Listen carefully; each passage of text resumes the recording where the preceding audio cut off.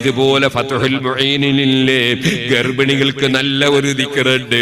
ലാ ഇലാഹ ഇല്ലല്ലാഹുൽ അദീമുൽ ഹലീം, ലാ ഇലാഹ ഇല്ലല്ലാഹു റബ്ബുൽ അർശിൽ അദീം, ലാ ഇലാഹ ഇല്ലല്ലാഹു റബ്ബുസ് സമാവാതി വ റബ്ബുൽ അർളി വ റബ്ബുൽ അർശിൽ കരീം. ഇതിന്റെ പേര് ദുആഉൽ കർബ് എന്നാണ്. ഏത് പ്രയാസവും നീങ്ങാൻ നബി തങ്ങൾ നടത്തിയ ദുആയാണ്. അത് ജയിലിൽ കിടക്കുമ്പോഴും എവിടെ കുടുങ്ങി കിടക്കുമ്പോഴും ഏത് പ്രശ്നം മനസ്സിനെ അലട്ടുമ്പോഴും ചൊല്ലാനുള്ളതാണ്. അത് ഗർഭിണികൾക്ക് വളരെ നല്ലതാണ്. സുഹൃത്തുക്കളെ, അതുപോലെ ഖുർആൻ ഓതിക്കോ, യാസീൻ ഓതിക്കോ, നല്ലതാണ്.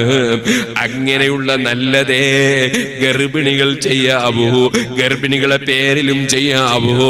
ഇപ്പോൾ ചില വേണ്ടാത്ത പ്രവർത്തനങ്ങളുണ്ട് ചില നാടുകളിൽ. അതാ ഭാര്യ ഗർഭിണിയാണെന്ന് കേൾക്കുമ്പോൾ ഒരു വലിയ കേക്ക് കൊണ്ടുവരുന്നു. ആ കേക്ക് മുറിക്കാൻ കുറെ ആളൊരുമിച്ച് കൂടുന്നു. എന്നിട്ടത് മുറിച്ചിട്ട് അതാണ് പെണ്ണിന്റെ വായിലേക്ക് വെച്ചു കൊടുക്കുന്നു. പലപ്പോഴും ഈ മനുഷ്യന് തൊടാൻ പറ്റാത്ത പെണ്ണ്, മുഖത്ത് നോക്കാൻ പറ്റാത്ത പെണ്ണ്, ഇങ്ങനെയുള്ളവരുടെ വായിലേക്ക് കേക്ക് വെച്ചു കൊടുക്കുന്ന പച്ച ഹറാമ് വരെ വരുന്ന ചില ആചാരങ്ങൾ കടത്തിക്കൊണ്ടുവരുന്നുണ്ടല്ലോ. അതൊക്കെ അതാ വലിച്ചെറിയണേ മുസ്ലിമീങ്ങളെ. ഗർഭിണികൾക്ക് വേണ്ടത് ദിക്റാണ്.